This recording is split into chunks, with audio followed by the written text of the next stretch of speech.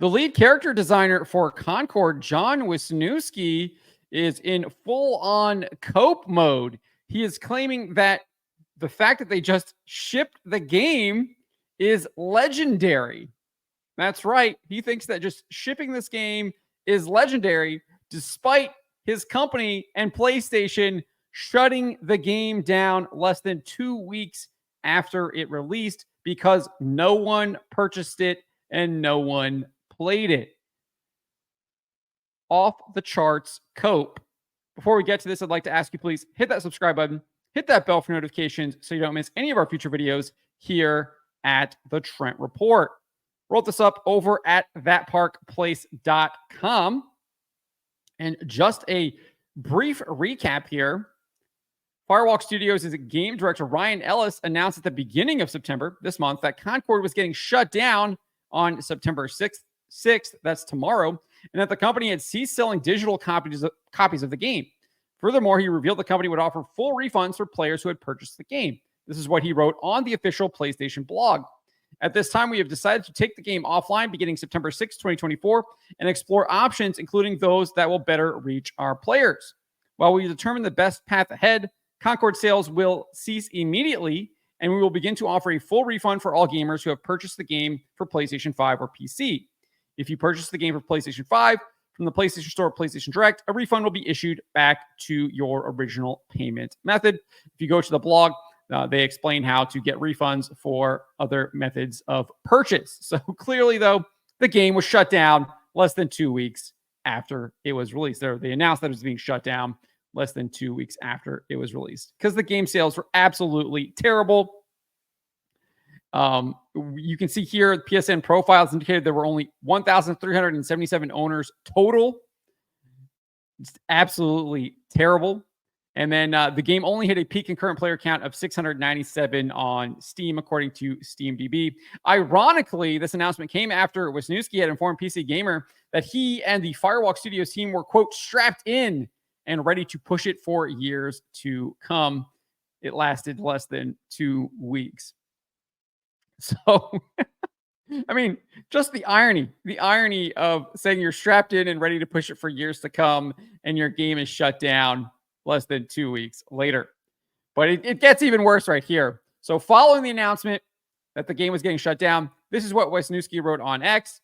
To all the players who showed up for Concord, thank you. The positivity and constructive feedback in the face of overwhelming noise was huge for everyone at Firewalk. Building a positive community was why we did this. We saw you every stream, post, thread, emoji. We saw it all. The face of overwhelming noise. I wonder what he means by that. People actually being critical of the game, people saying that they didn't want to buy the game, people making it clear that they thought the game's character designs were absolutely hideous and ugly, people taking issues with the fact that the game featured pronoun nonsense and was clearly trying to push transgender ideology, people taking issue with the fact that they cast someone who cast a man pretending to be a woman and then introduced a character that had surgery in the game. Maybe that's why people didn't like this game. Maybe that's what he's referring to by the overwhelming noise. What the real noise is silence. The silence that your servers are shut down. No one was playing your game. There was no gunfire. That's what should be really overwhelming. The overwhelming deafness of a poor product that was shut down because of the decisions that you made with this game. But then he goes on and wrote this. Wrote this just 20 minutes later, 1:35 p.m. to 1:50 p.m., September 4th. He wrote this. Firewalk is packed with tenacious fighters, multiple acquisitions, an engine upgrade, global pandemic, project delays. The fact we shipped at all is legendary. None of us know what's next, but I do know this team is capable of wild energy when faced with a challenge. No, you're clearly not. The challenge was to actually sell this game. You didn't do that. You didn't sell the game. You didn't sell this game to anybody. Your game was shut down in less than 2 weeks because no one was purchasing it and no one was playing it. You have the gall to claim that the fact you ship the game at all is legendary? No. People ship games all the time. We're having indie creators, single developers are finding much better success than you and your team at Firewalk Studios. It's not legendary to ship a game. Plenty of other developers dealt with the global pandemic, have dealt with project delays, have dealt with other hurdles in game development. And everyone else went through a lot of these things as well. So no, it's not legendary that you shipped it all. This is insane cope. You shipped a product, the market rejected it, wanted nothing to do with it, saw it as a Walmart brand Overwatch, to quote Dreamcast guy. It's full of the pronoun nonsense, full of transgender ideology, full of woke ideology, wokeness, ugly character designs, ugly aesthetics. And it was rejected. It was absolutely rejected. Those are things that your team chose to put into the game. You chose all of that stuff as part of the development. You made that conscious choice. So this idea that you just shipped it all is legendary and this is how you're going to pat yourself on the back? No, you need to actually listen to that overwhelming noise, as you said, and actually maybe think about why this game was rejected, why people didn't purchase it. Maybe listen to the people that are actually saying, no, this is not what we want. No, we don't want to engage with a video game that is promoting evil. Evil in the form of transgender ideology, evil in the form of woke ideology. This is the problem. These people don't listen. They don't want to listen. They want to stick their head in the sand and think that it's just overwhelming noise. They don't want to actually hear anything critical. They don't want to hear anything negative. They just want to be patted on the back. They just want to hear the praise. They don't want to actually face the real criticism. They don't want to hear the reasons why this game utterly failed. It's not just developers. We saw the absolute insane meltdowns coming from game journalists as well. Across the board. They can't imagine that everything that they've been pushing is a complete and utter lie. It breaks them. That's why they go on these unhinged rants and they melt down all the time. Because they actually believe their worldview. They believe the lie. They believe that lie. And when confronted with reality, they can't actually deal with it. So they create more lies for them. They come up with these copes. Like, it was legendary that we shipped at all. Look at all of these things that we faced. It's like, dude, everyone else dealt with challenges like that in the last 5 years as well. You aren't the only one who had to deal with those challenges. So no, it is not legendary that you shipped at all. Absolutely insane cope. And people are calling him out.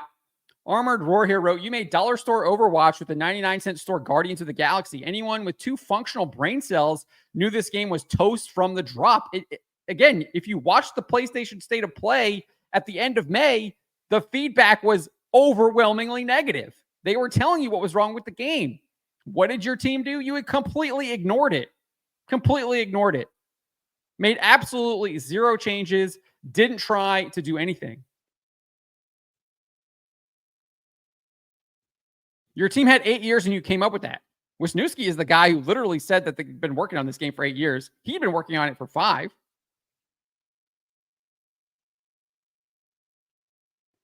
You need to take a good hard look at this catastrophic failure and ask the single most important question you can ask. What went wrong? Not blame the audience who never showed up or the one that hated the designs from the drop. Ask yourselves, why didn't this game land with anyone but the tiny minority of woke psychopaths? Then and only then you might be able to make something worth playing. He's not going to ask that question. He doesn't want to ask that question because he can't handle the answer. Can't handle the truth. It's just overwhelming noise. Overwhelming noise. That guy Pyros wrote this. Gamers don't care about the struggle of development. It doesn't matter how hard it was or what challenges you went through. All we care about is the end result. You were in charge of these character designs and you didn't do your job. Heavy is the head that wears the crown.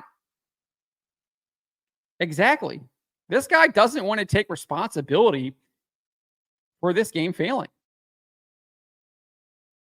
And it is a lot of it is on him. He is the lead character designer. And that was one of the biggest complaints about the game, was the character designs.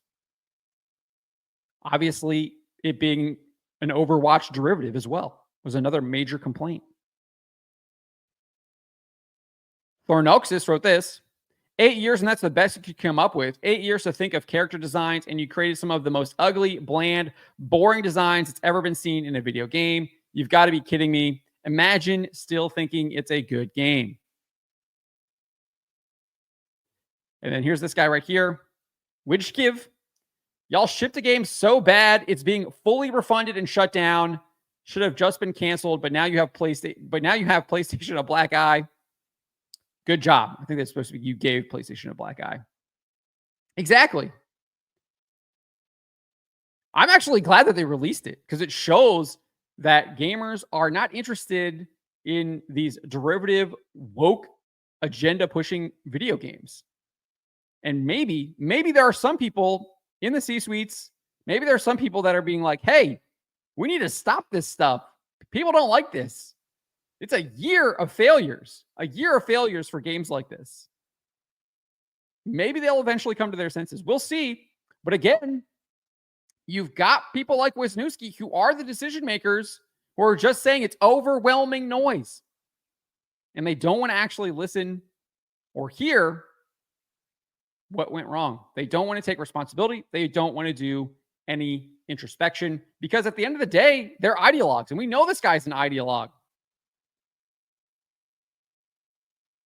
This is the guy who thinks the judicial system is white supremacy. This guy's a massive ideologue. This guy doesn't want to listen to what went wrong because, again, like I said, it breaks his entire worldview. The lies that he's built up in his head that he thinks reflect reality are just simply not true, and he can't handle that. He cannot handle the truth. He cannot handle the reality. So he lies to himself to continue the delusion. And that's why he lashes out, because he thinks that it's our fault for actually living in reality. But let me know what you guys make of this. Let me know in the comments below. Remember to always be charitable, especially to each other, but to always speak the truth.